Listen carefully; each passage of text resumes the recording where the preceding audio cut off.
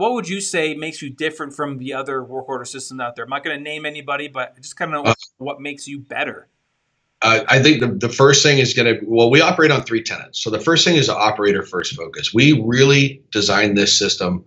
I know we're talking about FMs. Yep. But we designed it for our operations teams, the revenue generators. I needed to make it simple, easy, something they wanted to interface with so I can get the data, because it's garbage in, garbage out, right? If they're not going to utilize the system, it's not going to help me. Yep. So that was our first thing. Focus first on the people who are going to be utilizing the system the most, and make a mobile app that's really easy. Nice big icons, simple to use, walk them through a workflow. That was first. Next is mobile first technology. People are more and more on their phones and tablets. We don't need to be sending people back sitting on a desktop to place a service request or to review their open work orders or things of that, or approve invoices, when they should be out on the floor, increasing same-store sales and managing guest experience. Yeah. And then last is asset-first philosophy.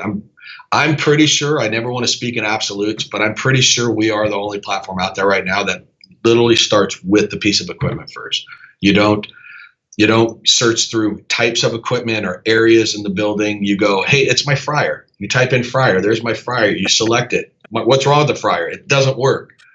Troubleshoot. Get the vendor. Here's a picture. Go. So it's on average, our operators replace a service request. We actually did a test. 15 to 17 seconds they can get a request in. So we used to get pushback. Oh, I can just call somebody. It's faster. I'm like, there's no way you're going to call and get a service request placed in 15 seconds. It's just not going to happen.